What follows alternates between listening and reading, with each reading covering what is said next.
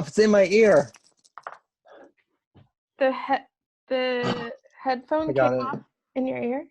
It did, but it's out now. Whew. Crazy. Put Okay. me this close to a panic attack. Oh, I would have freaked out. No way. Okay.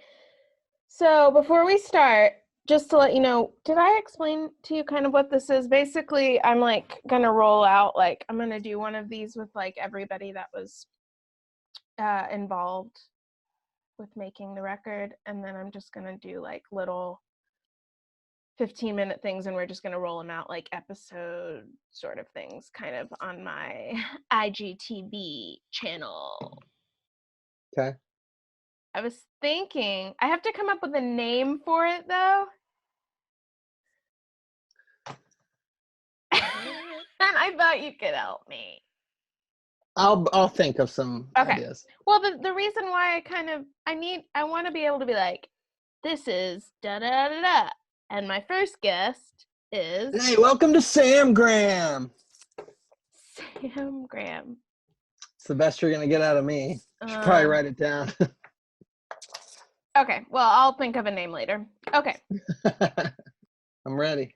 Okay, this is Brine Webb. Brine Webb. Hi. Engineered this sucker of a record. Good. I want to apologize to everyone for his facial hair right now. I don't really know if it's an apology that you need. It's really good. It's really good. It's powerful. It's powerful. It's a look. So basically, I want to talk about making the record a little, but I have a really bad memory most of the time. So I don't even really remember making the record, to be honest. Like, It was pretty long ago. it was long ago. So I'm going to try to talk about that a little bit, but I also just want the point of these sort of things are kind of to let people like individually know the people that worked on the record, I guess. So Diet Coke.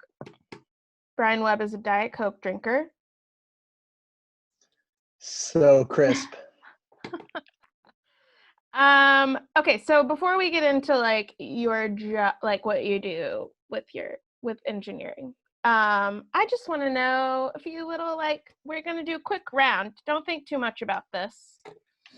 What's your favorite movie? First of all, actually, The Good, the Bad, and the Ugly. Oh, okay. Is that really your favorite movie? Yeah, it's the only thing I have an actual favorite of is movie. Okay, good. The Good, the Bad, and the Ugly. Yeah.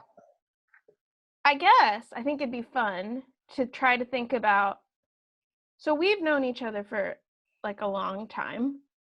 I think 13 years. You were 20 years old. I was 20 years old and I don't know exactly when we met, but I do know like the first time we hung out, I got my fake ID taken away from me because we went to a bar with my fake ID, and it was like 2 weeks before I turned 21. Legendary. At the Library Bar and Grill in Norman, Oklahoma. Busted. They took my fake ID to go scan it or something, and I was like, it's fake, we're gonna have to leave. Anyways, do you have any recollection of when we would have met, like when we first met or how we met? I do know how we met on MySpace, and you asked me to open a show for you at, was it the Blue Moon? You remember that place? Yeah, down in the Paseo. In the Paseo? Yeah. It's probably not even there anymore. It's not. But it was Tara, who was an artist in Oklahoma City. Who is the mother of Lauren Zuniga, who's a poet. She did house shows at her house, and that venue was like a small-lived extension of that. Okay, so the first time we met would have been at that show then. I'm pretty sure that's correct. Yeah. Okay. You were playing with Beth Bombara, and you guys did the cell phone feedback thing. I remember. Yeah, that's right. We used to do feedback loop of 2 flip cell phones, which people don't even have flip cell phones anymore. You used to put the 69, the flip cell phone, and and they would make a feedback loop into the microphone. Yeah. Yeah, it was cool. It was I good. never saw anybody do that before or since, really. I think Beth's now husband, Kit Hammond, was the one that came up with that and like told us to use that. What's your favorite book? Oh man, that's really hard. Don't think about it. Don't think about it. My favorite book, East of Eden. It's probably not true, but one of the best books I ever read, East of Eden. I don't know. Okay. I tried not to think too hard. Cool. Aesthetically, your favorite decade? Oh man, 60s. Okay. I thought you would say that. You're like 19. In 1960s. Yeah. Just to be clear. How did you get in to recording? Well, I played bass guitar for a living for 15 years, and somewhere in there I did a bunch of recording on, in other people's studios, on other people's records. Started trying to do songwriting there for a little bit, did that recording, and honestly I started working with Graham Colton just on little random projects and found out that I actually really loved it. Could really throw myself into the details part of making music recordings, the science, the technology, all that stuff. I like it. Cool. And so I started doing it, and we kind of stumbled into a cool space, and I was trying to get off the road. Lunar Manor recording. It's a cool, the studio itself was already there, and we moved in and made it our own. And here I am today, unemployed.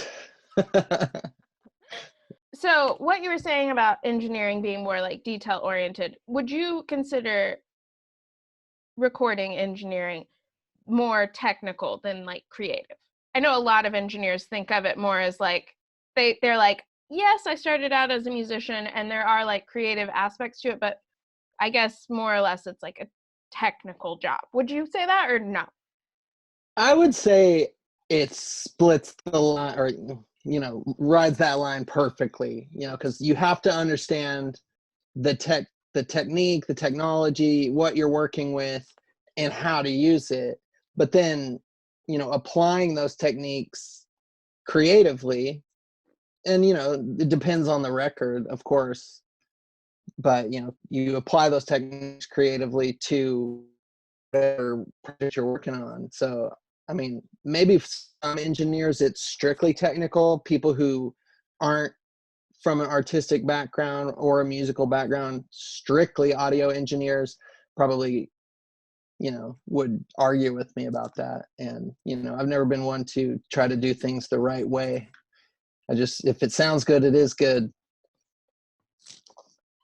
Like when we were working on your record, do you remember we had 3 different tape machines set up? Yeah, we had all 3 of those tape machines set up, and they were each doing different echoes. And, to set that up, to get that to work was quite a technical feat, but we did it to be creative with that. And we did, and it's all over the record. Yeah. So much delay. Because this is the first record that I've done with you. I've done like demos with you a lot, but that's kind of how I got to a point to want to make the full record with you, because I knew that I wanted to like kind of spearhead it, and I felt like in a good spot to do that. And so with you, I feel like you're really good at me saying like, I want this to sound like it's underwater in a cave, and then it's, or just like making sounds with my mouth, and then you're like, Yeah. know how to dial that in.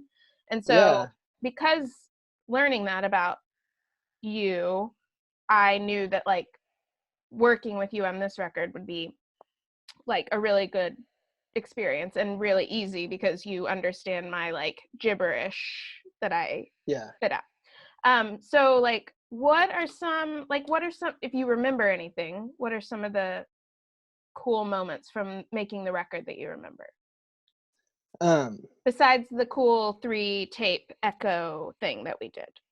yeah, that was definitely the overarching technique that went on every single track, was tons of echo. And so that was really fun. But what else did we do? I remember trying to chase down, there was like a specific sound on a Blue Nile song that was like a synth, and it was like we were trying to figure out how to like recreate that sound, and Oh yeah, we did it with Kyle Reed's MPC sampler thing. It was some kind of crazy vocal sample that I believe that's what we did. And it was from a keyboard we didn't actually have in the studio. It was a keyboard that he had at his studio that he had recorded the samples into. He already had the samples in. I mean, Kyle Reed and his technology, like, he knows how to work that kind of stuff like nobody's business. And he came in, and I kind of knew what you wanted, but I didn't really know where to get it. Yeah. We tried a couple things, and none of them were quite right. Some of them were hilarious. And then Kyle showed up, and we showed him that reference track, and he just immediately had like a bank of sounds that were just the right thing. And that's what we used. Had him do his thing. Yeah, he like knew which keyboard from 1983 that it like came from, and he already had it programmed into his. Yeah, he had like the exact sound.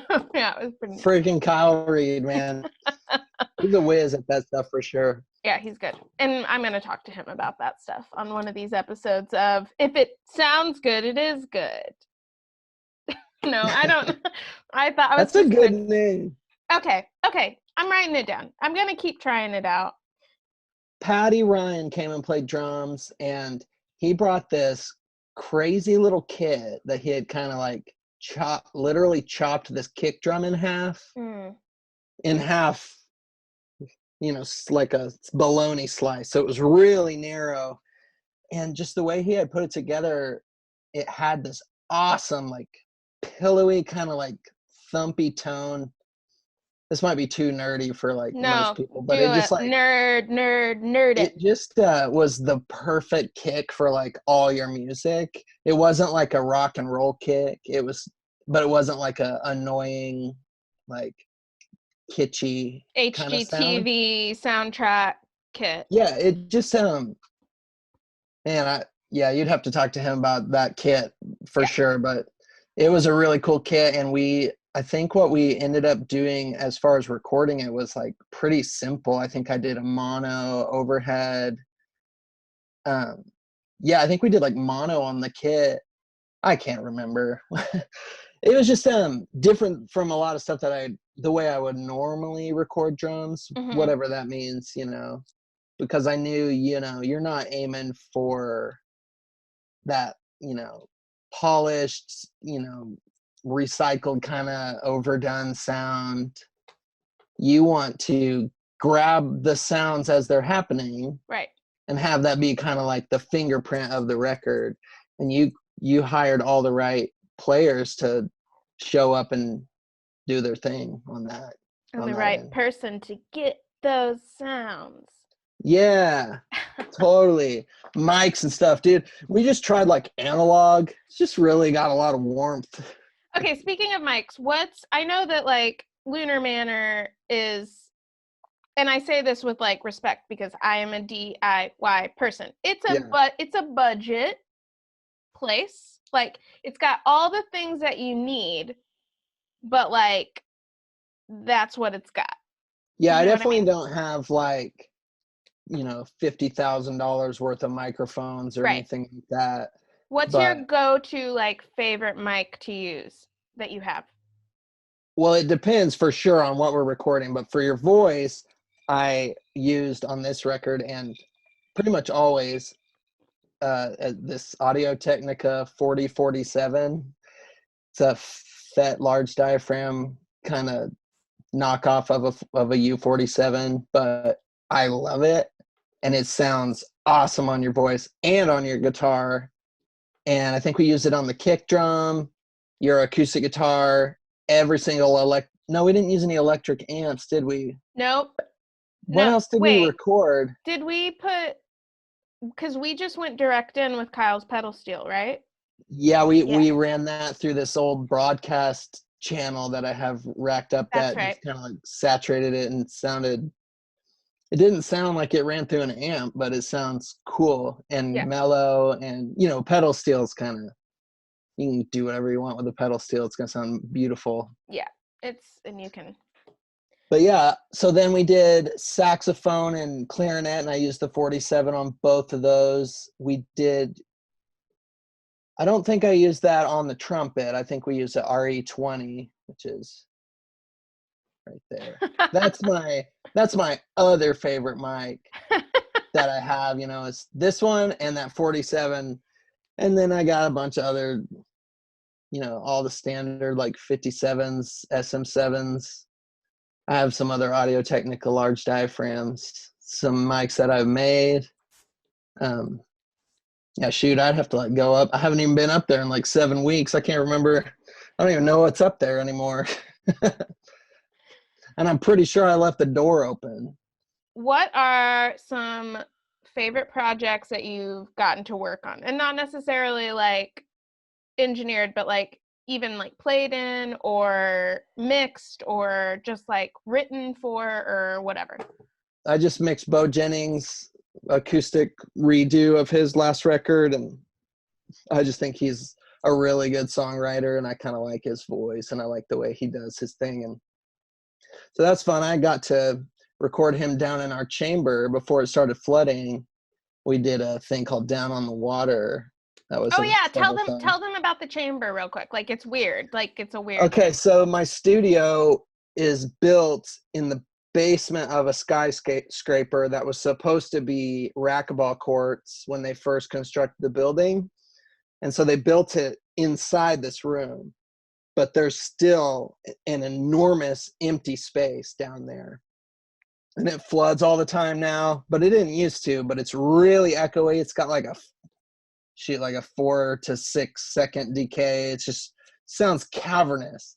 And I set Bo up. I've done this with numerous artists, but I set Bo up down there, and he sat down there and just sang. Yeah, we've done stuff down there. I did some stuff with Annie Oakley down there. Just if it's the right kind of music, it just sounds really beautiful. And so every time I can put somebody down there, I do, but it's nasty right now. It's flood city. But yeah, I got to do a couple of Annie Oakley records. They're amazing, beautiful. One of the Annie Oakley girls has a side project called Spinster, which I actually had so much fun working on. It's really it's just good. Pop gems. Yeah, she's a really talented girl. And we're going to talk to Joe too, because Joe sang on the record. So we're going to do one of these interviews with her. Yeah, so working on that was great. I got to do the Pool Boy record, which is so loud, punk rock record. If there's any band in the world, past or present, dead or alive, disbanded or not, that you could make a record with, The Clash. Ooh, good choice. Oh, That'd be fun. So fun. I could probably pull that. You'd do it Pool Boy style, you try to do it live? Or not? I would try. Yeah. I mean, that's I think how they did a lot of their stuff anyway, at least the basic tracks. I mean, I could be talking out of my buns, but we don't know. It's fine.